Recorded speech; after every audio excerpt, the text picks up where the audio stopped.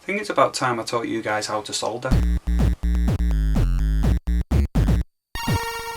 Hi, welcome back to the shed. In this video, I'm just going to talk you through how to solder. I show all sorts of different mods on this channel. Loads of the time when people get in touch with me about mods they're trying to do or things they want other people to do for them, most people are cautious about soldering, a little bit fearful of soldering. It's worth having a go at. It's not only quite an easy process to do, but it's really good fun. You can get a soldering iron fairly cheap, and what I would generally say, though, my first bit of advice in terms of learning to do it, is don't learn to do it on your pride and joy. Don't make the first time you solder being the first time you try and mod your precious Game Boy that you had from your childhood. It's not going to end well. But learning how to solder is quite quick. So if you buy yourself a cheap kit, or if you drag an old printed circuit board out of a broken or discarded product and just have a go at melting and moving and adding wires and things like that, you'll soon learn it and you'll soon pick up the techniques. I've put together a video with a range of different techniques for various different scenarios, whether it's attaching wires to components, attaching wires to circuit boards, attaching components to circuit boards, and a few different techniques so you can find what works best for you. So have a watch through and see what you think, and hopefully it'll be pretty useful. Alright, so in this case we're going to look at attaching a variety of components to a printed circuit board.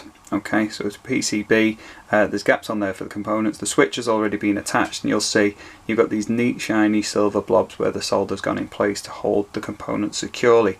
On this side it's labelled up for the power, for the resistor and for the LED. So we're going to start with the resistor. Now your resistors generally have these long wires coming off them like that. I find if you bend them over to give you that kind of rectangular top shape there, it's easier to get those in place. The resistor is going to go in place there. It doesn't matter which way around a resistor goes. So you just push those straight in. Try and get it as flat to the PCB as you can.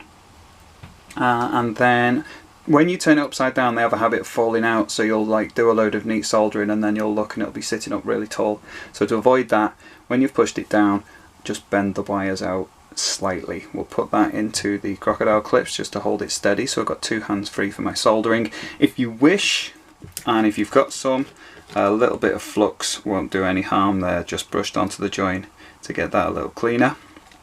My soldering iron is already warm, and I've got a strip of soft solder here. Okay, so my process is 3 steps. Solder will only stick to hot metal, and I need to get the wire and the pad hot there. So I will put the tip of the iron so it's touching the wire and the pad, leave it there to warm those up, melt on the solder, give the solder time to spread, and then move away, and then that's given me a neat joint. So we'll do the other point again, 3 steps. Heat the metal and the wire first, melt on some solder while you keep the wire in place, move the soldering iron up and out of the way. You'll notice I slid it up the wire there. That just helps avoid any blobs pointing in any direction when you're moving away. When that's done, obviously you've got the wires sticking out. Before you do any cutting, check the resistor's okay in place. That's all right. You can just move it a little bit once it's cooled to align it where you want it. And then a pair of flush cutters, the flat side of those will just sit against the back there, and you can cut those neat. Okay, now alternatively we've got the LED, which will need attaching. Now an LED, where I said about the resistor not mattering which way around it goes, an LED's got a long and a short leg. So your shorter one is your negative, you'll also have a flat side there. So on the PCB where it's labelled, I've got like a circle with a flat edge, so obviously that's what indicates the negative. I've got the flat side on the LED, so I line that up with the flat side there, so my negative, my shorter pin, goes nearer the flat bit. I'll push that in, can sit it flat there, and turn it upside down again, separate the wires very slightly, and then we're ready to solder that, and it should be secure in place. So I'll grip my circuit in place there. Hopefully you can see where I'm going to be soldering. Tip of the iron. Now because these two are quite close together, there is the chance that you may bridge them, which means where you get a bit of solder blobbing those together. So what I tend to do is I will heat it from the inside and add the solder on the outside like that, and then I would turn it around like that and heat it again from the inside add the solder, let that flow, and then move away. Now if they were bridged, let's just try and ruin what I've done. If you get your, can't even do it on purpose now. There we go. So if you accidentally end up with too much solder on your joint like that, it's generally quite easy. Think of the soldering iron like a knife, and you can just sort of slice through the gap and it will separate those for you. And that's all you need to do. As long as you've got the gap there, it doesn't matter if these blobs are still a bit big, that will work fine for you. Let's just clip these off. So again, flush cutters, flat side, nearest the PCB. Point it away from you or anyone else when you're cutting it, because they can sometimes fly off in all directions. I've got 2 more points to solder. These bigger ones are just for when you are mounting it inside a unit and you need to screw it down, so we don't need to worry about those 2 holes. But this larger hole here, we are concerned with that. Alright, so attached to the USB cable here is a red and a black wire. Red is generally a positive, black is generally a negative, but in this case on the PCB itself it is actually labelled, so it lets us know black negative, red positive. And you could just put them straight in here like this and solder them on the side with the metal bit and attach, and that would work. However, if you end up pulling and moving on this cable, that puts lots of strain on the joints, and if you keep moving it can tear off the little pads and end up breaking and your circuit won't work. To avoid that, we've got this larger hole here which is called a strain relief hole. Now with the strain relief hole, you feed the wires through on the solder side first, then you loop them sort of back up and over on themselves and into the hole. So I'll do that there and there. Just need a gentle bit of persuasion to get them in. Make sure they're all the way down there. And then now, with those in place and looped over like that, any bending and wiggling puts the strain at this point, and the solder points are much safer. So those strain relief holes are very useful when you're using wired components. Right, so we'll solder those as we did before. Got my solder. Now I cut off the legs from like the LED and the resistor and so on. Now they look quite similar to my solder, but the thing is these won't melt as quickly, so make sure when you're doing this that you actually pick up your solder and you don't accidentally pick up a wire. If you go down like that and you try melting it, that wire is going to get very hot and burn your fingers. Solder doesn't burn your fingers, it's got such a low melting point that it will melt before it conducts that heat up there, so your fingers and thumbs, even when you get quite close, are quite safe. So 3 steps again: heat it, melt it on, allow it to flow. That 3rd step's very important and very easy to forget. So our last one, key thing to remember is that solder will only stick to hot metal. So whether you've got flux or not, heat it, melt on the solder, allow it to flow, and then move away, and then that's done. Okay, so soldering wise here we've got a PCB with flat contacts on the surface, these copper contacts, and we want to securely attach the end of a loose wire to that point. And to do that, first of all we need to prepare it. So we're going to need some, I've got some soft solder with flux in the core here, my soldering iron's warming up, and I've got some liquid flux here as well. So first thing I'm going to do, the flux will help it flow neatly and give us a cleaner join, so I'm just going to brush on a bit of flux to the 2 contacts there and onto the end of the wires. Okay. Then I am going to tin each surface. I'm not going to put them together and solder. I'm going to prepare them both with solder first. So I've got my soldering iron, and what I'm going to do is just, if I point these wires upwards, I'll be able to get to the ends quite easily. I will heat the wire, melt a little bit of solder on, and just make sure the end is tinned. It doesn't need to look like a great big blob of solder on the end. It just needs to be kind of shiny and silver on the end where it was maybe copper before. On these surfaces I need to heat that, and you might hear the flux sizzling a little bit, and then melt on the solder. So 3 steps, you've got to heat it up first because the solder will only stick if it's warm. So 1, heat it, 2, melt it on, 3, let it flow first before you move away. Importantly, you let it flow first. So in terms of where my battery is going to sit, let's just double check what we've got. We've got the positive side there, so that's going to here. So that'll be my red wire. So in terms of attaching that red wire, let's get a helping hand here so you can see what I'm doing a bit more clearly. I've got that there, and I have got my wire, so it's going to end up sitting like this. So if I solder it like that, it'll end up bending around, so that'll work out quite well for me. So you need a relatively steady hand here, which is something I'm not blessed with. But just line them up, and because they've both got solder on the surface, if you reheat, they will merge together. You just need to hold it steady. Only about 5 seconds or so needed for that. And that's now like really securely attached. So this is going to swing around to the other side where the black wire is going to go. So I'm going to melt that in this direction, and again use the crocodile clip to hold it and line up my wire. So the wire is already pre-treated with solder. I'll line up those two, again reheat, hold it steady, and now both of those are securely fastened on there like that. Next up, I'm going to show you how to attach wires. Sometimes a component, like when I made the PCB with the lamp on it before, the LED was attached directly, but sometimes you might want the LED in a different place to the switch, so you might need some wires attached to the circuit board instead, routing off somewhere else and then attached to the LED. Now there's two ways you can attach components to wires, and I'm going to show you both with the 2 pins of my LED. Again, the flat side, the shorter leg, is my negative, and I'm going to attach that to the black wire, and the longer one is the positive, so I'm going to attach that to my red wire. So first things first, I'm going to strip the wires. Now the red one, I'm going to twist it on and solder it and show you that method. So I'll strip that a little bit longer, and this is stranded wire, so I'll just twist it with my finger and thumb so it makes it a little more solid. And then I'm going to separate the 2 pins of my LED. I'm going to cross those over, and then I'm going to twist them together. When you twist them, make sure you're bending both wires so you've not just got one wire wrapped around a straight piece, because it'll end up like a coiled spring and just slide off the end.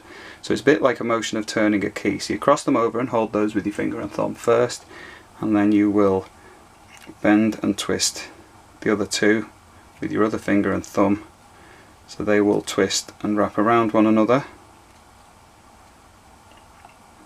And then where those, I mean, that would actually hold, that would actually conduct because they're in contact, but obviously to make that a permanent join, we're going to need to solder it. So I will clip that with my crocodile clip there and just center it so you can see there. So where those 2 are twisted, I want to just add a little bit of solder onto the join for more permanence. Again, solder will only stick to hot metal, so I will heat it first. I'll be careful not to melt the insulation, so I'll keep my distance there, melt a bit of solder on, and you'll see that go on. It'll look really shiny, and just make sure it covers the twisted area. And you can always slide away from that point if you need to, because we're going to end up cutting that off to neaten it up. So they are now twisted together and soldered, so that's like a permanent join for my red wire. Where that sticks out to the side, I'll just cut that off, but make sure I've still got enough that's twisted and soldered together. What you can do is you can leave it sticking out to the side, or you can retwist it just to straighten that out. That's absolutely up to you. Now the other method is a little trickier and a bit more long-winded, but well worthwhile. I can cut that off because I know that's my negative, and I'm going to actually prepare that by tinning it. So I'll carefully get my LED in place there. Because I'm tinning, the flux is going to come in quite handy there, so I'll put a bit of flux on, and also I will strip, in this case, just a tiny bit at the end of my black wire, and I'll get some flux on that too. Try not to knock over my bottle, which I nearly did. Now, where they are both in place, I'm going to get some solder prepared on both of them, so we're going to tin them separately, and then we're going to attach. So my LED first, heat the wire, melt the solder, spread it over. You'll see it comes up a bit shinier than it was before. That's how you know it's ready. I'll do the same with my wire, pop it in my crocodile clip, heat the wire, melt the solder on, and then that's ready to attach. So my LED goes back in place on here, and my wire This is going to require a steady hand. It's a bit like where we mounted onto a surface pad on a PCB. So I'll line up here. Now because there's a bit of solder on one and on the other, if I align them and reheat, those two separate blobs will merge and become one. Hold it steady and let it cool, and that gives you a much neater join. Slightly less secure depending on how accurate you are. The twisting is much more secure, but that is a much neater method of doing it. Now rather than have these two wires kind of all over the place, what you can do after that point is just, again, like when we twisted the wires together, cross over with your black and red and just use your finger and thumb to twist those together and give yourself a bit of a neater job when you're routing your cables in your circuits. Right, so here we're looking at something a lot of people find very difficult, but it's not actually as hard as you might expect. This is where we are attaching things to tiny little points on a PCB. What I've got is some tiny little 330 ohm resistors, little surface mounted resistors. I'm going to mount those. This is for doing like a Game Boy macro, and I'm going to mount those on the point LED A2 and LED C2. Okay, now to attach those there is a bit of a method. First of all, I'm going to just prepare all those points. While I'm at it, I may as well show you how to attach the wires for the speaker as well. But for the resistor, which is the main bit, I will just drop it onto the surface of the board, because I have a habit of losing those. A pair of tweezers is very useful for this operation. So just move that out of the way. First thing I'll do, I've got my flux on there and it's point LED A2 and C2. Now I'm not going to prepare both of them at the same time. This will make more sense afterwards. But the tip of my iron is going to touch that pad very carefully. I'll dab a tiny bit of solder on and let that flow onto the pad. It's currently copper coloured. And then you'll end up with a tiny little bead of solder on there. Now, if you did that on both, it's very difficult to position the resistor. But what I can do now is I can get my tweezers. So the resistor goes in place, you just heat that. And now with that in place, I'll just put some pressure on top, reheat it. And because I've soldered that one, now I've got the other end of it just next to there. Again, I've got it at an awkward angle for the camera, so my hands are not as steady as usual. Heat it, make sure it sticks to the resistor, and then you've got that in place. For the speaker, left and right, SPLO, SPRO, I can just kind of melt a bit of solder on each of those. So I've got some wire that's connected, there's white and there's red there.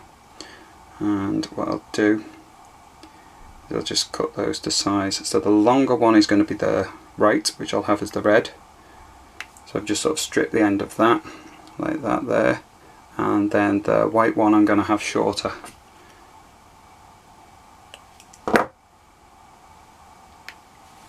Strip that there, like that. So they're slightly different lengths. Then I'm going to just tin those. Just melt a little bit of solder onto the end of each wire.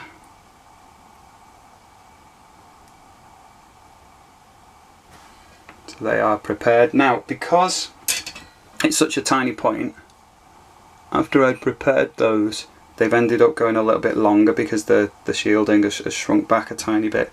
So I'm going to use my flush cutters just to clip them a tiny bit shorter, so there's just a tiny bit on the end of the wire, so that's much shorter now.